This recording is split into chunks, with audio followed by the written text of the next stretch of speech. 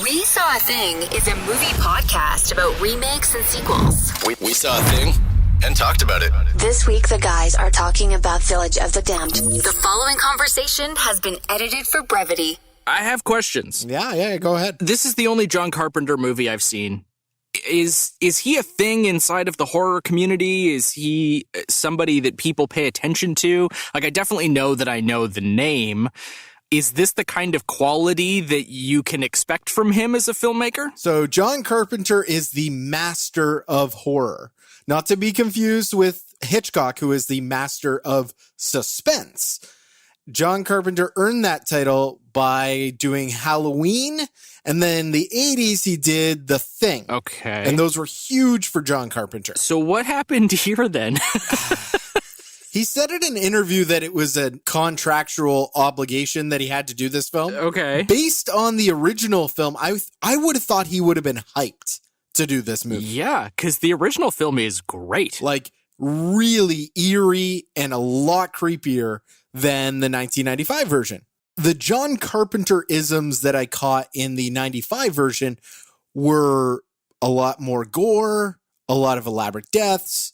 They didn't fit tonally in the story you're telling. No, they just served to make it longer, and it didn't need to be longer. It was a very tight story. Well, I found the thing that made it longer was that David survives, that David has emotions. Going down this role of one of the babies was a stillborn, he was supposed to be partnered up with David. That part made it longer, but it almost made me like one of the children. Because in the original, I'm creeped out by all of them. Like, every one of them needs to die. It seemed to me that the only reason to have David have emotions was for the potential of a sequel, but then why do it? There was no story point to it. It wasn't additive in any way. It just served to make the story kind of longer and then to pair them off. But other than that, it was basically same. There really wasn't much new. Except, at the beginning of the movie, being beaten over the head with small-town American life. Good Lord, that was like 15, 20 minutes of, hey, is everyone clear that this is small-town America? Funny you should say that, because that small town in America was not happy with them filming there,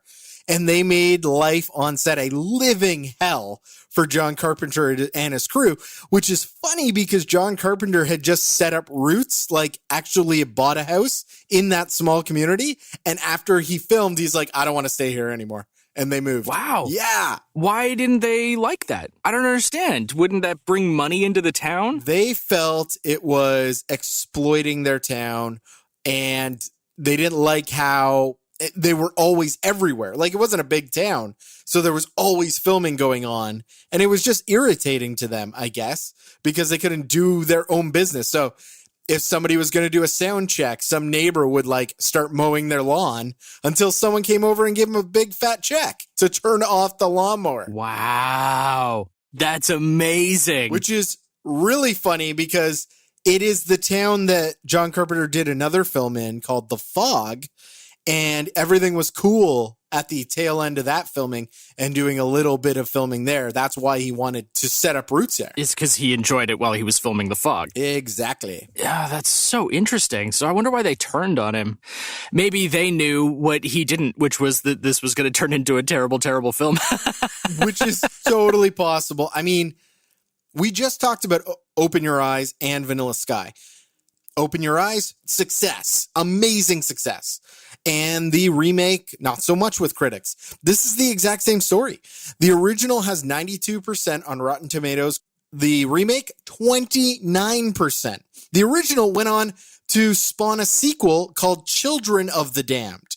Sadly, the remake actually made them kick John Carpenter out of directing the remake to Creature from the Black Lagoon. Universal was like, nope, you didn't do it with this one, you're out. And of course, we know that Creature from the Black Lagoon has not been remade at all since the amazing 1954 classic. So This reminded me a lot of last week's episode where we were talking about, like, why is Cameron Crowe taking writing credit for what is just almost a straight lift from the original film? And it's the same thing here. Like, I don't know why they decided to make changes with Village of the Damned.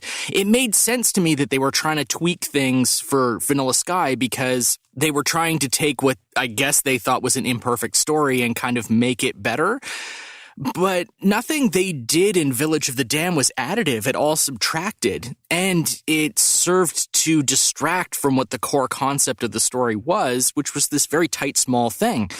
I'm glad they kept it in small town life because I think that keeps it very contained, but the timeline didn't make any sense in this movie. In the original, like, you could tell that months were passing between certain scenes, and they made that very clear in the original, and in this one they really didn't. They added all this stuff about pairing them off, and then David having emotions. Barbara killing herself, which was, like, horrific. That was horrific and completely unnecessary. And so, but then you have the exact same beats from the original that were so dramatic.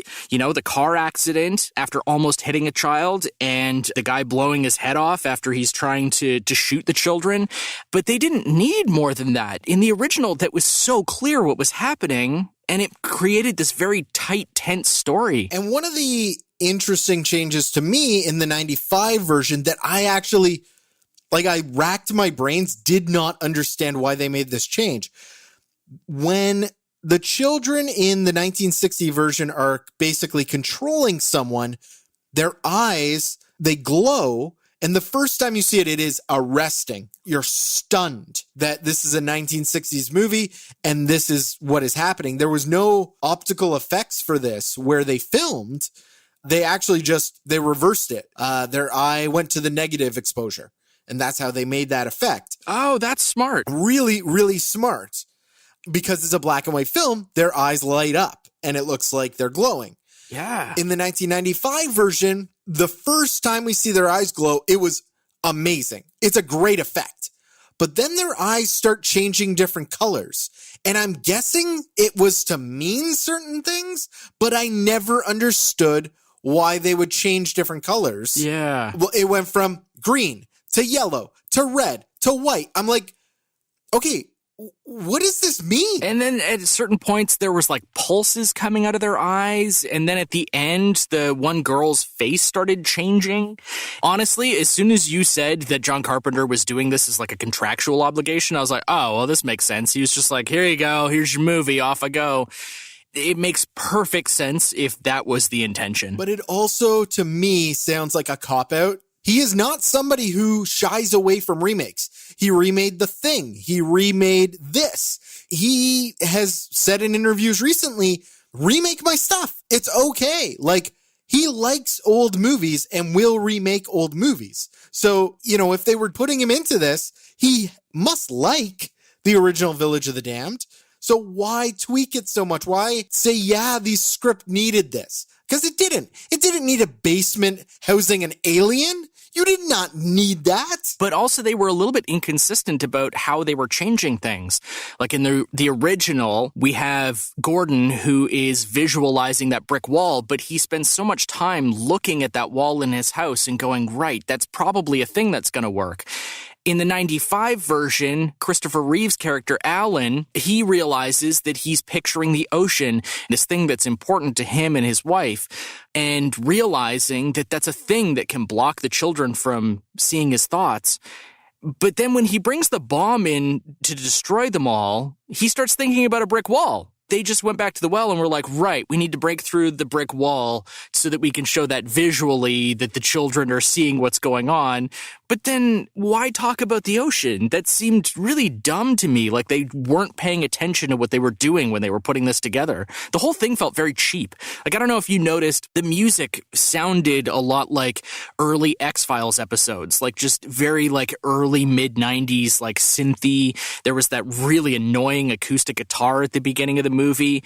It had a bit of a Twin Peaks vibe to the music, which always sounded cheap to me. I think it's funny that you touch on the music. A huge part of John Carpenter's directing is that he gets to make all the music himself. And that really worked out well for Halloween because it's an iconic score, but he does not always win with the music. And I totally agree. There's that acoustic, weird, hokey, small town guitar at the beginning that doesn't feel like it fits in at all, because immediately after, everybody starts fainting. And there should have been some lead up and some suspense, but there's none. Could we talk about them fainting for a second? In the original, they all fell over, and it was like this shocking moment because you just assumed they were all dead. Yes, you did not know that they were alive or dead. So when they yanked the guy out and he comes back to life, you're like, oh my God, okay, so this is temporary. In the 95 version, they all fall over, but you can very clearly see them all still breathing. Right. So there's no tension there. Like, there was one guy who went down and he really was breathing hard, and I don't know why they took that take. Or at least just say, hey man, hold your breath for 5 seconds. Great, got it. Dude, this was the worst movie we've seen for this podcast since Dr. Dolittle. I think so. I would agree. The children are not creepy in this one, really. They're very static, which is fine because they're mimicking what the Children of the Damned was, and they were static as well. I don't know, something about the staticness fit the 1960s film because it's 1960 and everybody just feels like they haven't gotten to that acting level where everybody's normal. Everybody's still sort of acting on a play, kind of like I'm a theatrical person. David is better than Mara. Like, Mara just sounds like a robot, where David has some sort of idea of what's going on. He has respect for his father. He doesn't sound like a petulant child all of the time.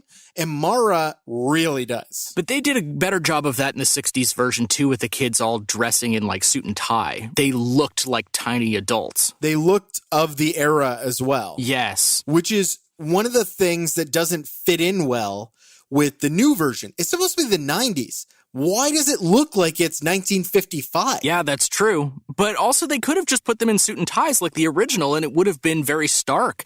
You got small town America where everyone's in blue jeans and shirts and overalls and stuff, and then having these kids in suit and ties, it would have been very stark. And I mean, not to get super philosophical here, but Village of the Damned, it's 1960.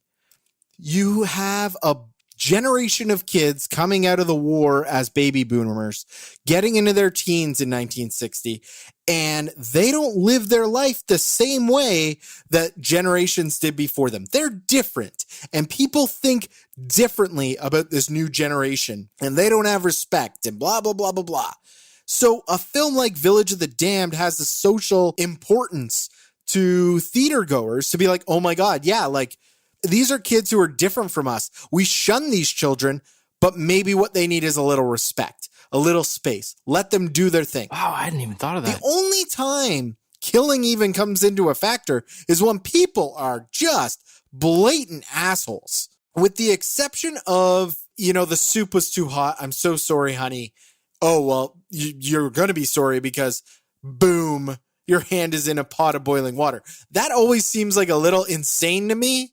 That one, but the rest of them, somebody throws a rock at them. Somebody holds a gun at them. They want to burn down their barn. Everybody's blaming these kids for killing these people. Why aren't they looking inside and be like, don't go after the kids? Right. That's a great point about baby boomers. I hadn't thought about the timeliness of that story at all. That's a great point. So then you get 1995 version, and these kids, it's probably similar for parents, but you've already got Village of the Damned that did it so much better that it's difficult. If we had 4 or 5 years separating our viewings, maybe we'd have something different to say. But based on the original to the remake is just really bad. Christopher Reeves and Kirstie Alley suck. There is gore for the sake of gore. There is killings for the sake of killings. And you're right, Chris, it sort of ignores the great story of everybody in this town faints. And when they come to, a lot of the women in the town are pregnant. It is the worst sexual assault. It divides the town. But I was like, yeah, they should all they'll probably all have abortions. But of course they won't because it's 1960 and that is not an option. So they have to have all these little demons spawn. The 95 version, they at least address it. Well, everyone has that weird dream clearly the fetuses are protecting themselves right from the get-go, because it seemed like a lot of people were headed that route, right? Like it was, well, we're going to bring a doctor in and we're going to take care of business because this is like a weird thing that happened that nobody's okay with. Except that one farmer dude who's like, yo, I can make money off these children. $6,000 a month. All right. Gross, America. That was also a weird thing, because if there hadn't been money involved and attached to this, and there had been the option given to these women to abort these children, and then they'd all had this creepy dream, and then they'd been like, no, I've just randomly changed my mind when I've woken up in the morning. That would have been so much creepier. Oh, yeah. Like if all of a sudden everybody's just, nope, I'm having the baby. Yeah. Okay, I have something good to say. Honestly, something I liked about the 95 version. I thought Mark Hamill did well. Oh, wow. I was going to say, please don't say you thought Mark Hamill did well, because he sucked. He was interesting. I thought he was a great character. And when he had to shoot himself in the face, I really, really believed it.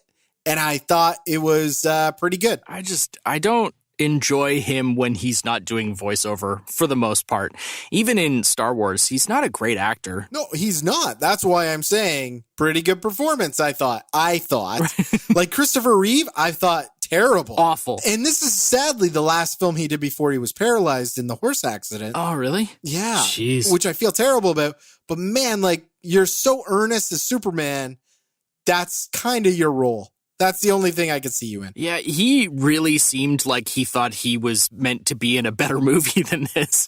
He definitely wanted to. He distanced himself on set from the children so it would appear like he was alienating them in the film. Like he is a classically trained dude. Right, but he's meant to be the character like Gordon was in the original, to kind of embrace the children, right? Like that was the thing I didn't enjoy about how they kind of split off Gordon's character into 2 or 3 different characters in the 95 version. Yes, I agree. They didn't ever have anybody on their side. And that was supposed to be the sacrificial moment, is that Gordon at the end finally realizes, no, I can't keep pushing this agenda of trying to save these children. They can't be saved. They're evil. And I'm the only one who can do anything about it. It's this big moment of sacrifice. Whereas Alan in the 95 version has always just kind of not been on their side. Kirstie Alley has definitely not been on their side. Mark Hamill's not been on their side. Nobody's really on their side except for David's mom. And that didn't go anywhere. You know what this movie felt like to me? A Stephen King TV movie. Oh, yeah. It did have that feeling, yeah. Like they added in all these extra characters because they had to fill some time between commercials. Right, like it was a mini-series and they just needed to make sure they got to 3 episodes. That's sort of what it felt like to me. And I mean, audiences really didn't go out and see the 95 version. In 1960, budget of the movie was $320,000. It made $2.1 million. That is a hit. In 1995 for $45 million. They put $45 million into the remake and it made back $9.4 million worldwide. Ooh. This is terrible. That is audiences saying no to you. Yeah, that's a big fat nope. But I absolutely had a blast with the 60s version. I think it's possible that maybe in retrospect, we would like the 95 version more if we gave it more time or if we watched it first. But I don't think so because it, like I said, it feels like a TV movie and the original is really tight. I kind of want to read the novel. It's based on the Midwich Cuckoos. That title, Cuckoo, refers to the fact that when cuckoo birds lay eggs, they put their eggs in nests of other birds so that the other bird thinks it's their baby and raises it as their own. That's interesting. And I was like, oh, that's kind of clever there, John Wyndham. That's very clever.